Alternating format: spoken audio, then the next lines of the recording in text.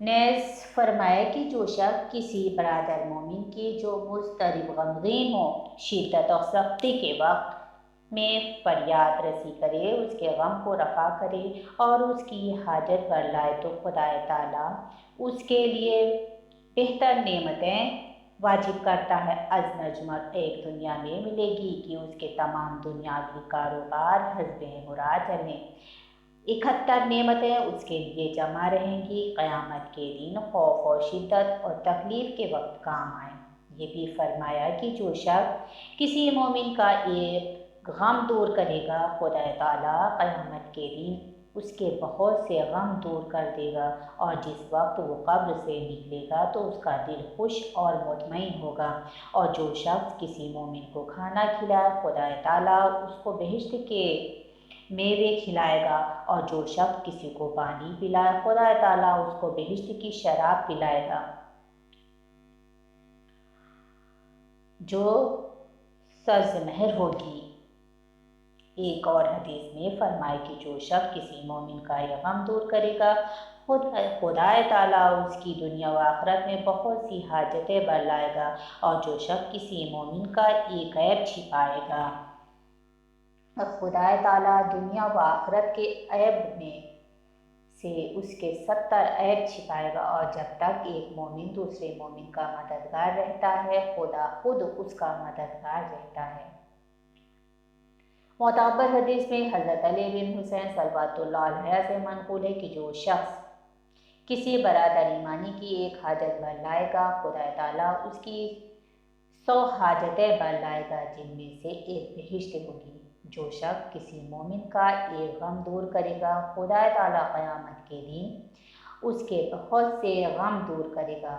جو شخص ظالم کے برخلاف ہو کر کسی مومن کی اعانت کرے تو خدا تعالیٰ پل صراط کے گزرنے میں اس کی ایسی وقت اعانت کرے گا جب لوگوں کے قدم لڑکھڑاتے ہوں گے۔ جو شخص کسی مومن کی ایک حاجت اس طرح پوری کرے کہ وہ شخص ہو جائے تو ایسا ہوگا جیسا کہ اس نے حضرت رسالت مآب صلی اللہ علیہ وآلہ وسلم کو خوش کیا۔ جو شخص کسی مومن کو ایسی حالت میں کہ وہ پیاسا ہو پانی پلائے، خدا تعالیٰ اس کو شراب بہشت سے سیراب فرمائے گا۔ جو شخص کسی مومن کو پیٹ بھر کھانا کھلائے، خدا تعالیٰ اس کو میوہ ہائے بہشت سے سیر فرمائے گا۔ جو شخص کسی مومن کو اس حال میں کہ وہ ننگا ہو ایک کپڑا پہنا دے گا، خدا تعالیٰ اس کو دیبائے بہشت و حریرہ کے کلے پہنائے گا۔ جو شخص کسی مومن کو ایسی حالت میں کہ وہ ننگا تو نہ ہو ایک کپڑا پہنا دے گا، جب تک اس کپڑے کا ایک تار بھی اس مومن کے جسم پر باقی رہے گا، یہ شخص تمام بلاؤں سے خدا کی حفاظت و ضمانت میں رہے گا۔ جو شخص کسی مومن کو ایک خادم خدمت کے لیے دے دے تو خدا تعالیٰ قیامت کے دن غلمان بہشت اس کی خدمت کے لیے مقرر فرمائے گا۔ جو شخص کسی مومن کو سواری دے کر پیادہ چلنے سے بچائے گا، خدا تعالیٰ قیامت کے دن اس کو ناقہ بہشت سے ایک ایسا ناقہ سواری کے لیے عنایت کرے گا جس کے سبب سے وہ فرشتوں پر فخر کرے گا۔ جو شخص مرنے کے بعد کسی مومن کو کفن پہنا دے، اسے اتنا ثواب ہوگا کہ گویا وقت ولادت سے وفات تک اس شخص کو اس نے کپڑا پہنایا ہے۔ سبحان اللہ۔ جو شخص کسی مومن کو ایک ایسی عورت دے جو اس سے انس کرے تو خدا تعالیٰ ایک فرشتہ کو اس کے قبر میں مناسب کے لیے بھیجے گا، اور یہ شخص اپنے اہل و عیال میں سے جس کو سب سے زیادہ دوست رکھتا ہوگا اس کی صورت میں وہ فرشتہ آئے گا اور اس کے پاس رہے گا۔ جو شخص کسی مومن کی بیماری کی حالت میں عیادت کرتا ہے، فرشتے اس کو چاروں طرف سے گھیر لیتے ہیں اور کہتے ہیں خوشحال تیرا بہشت مبارک ہو۔ سبحان اللہ۔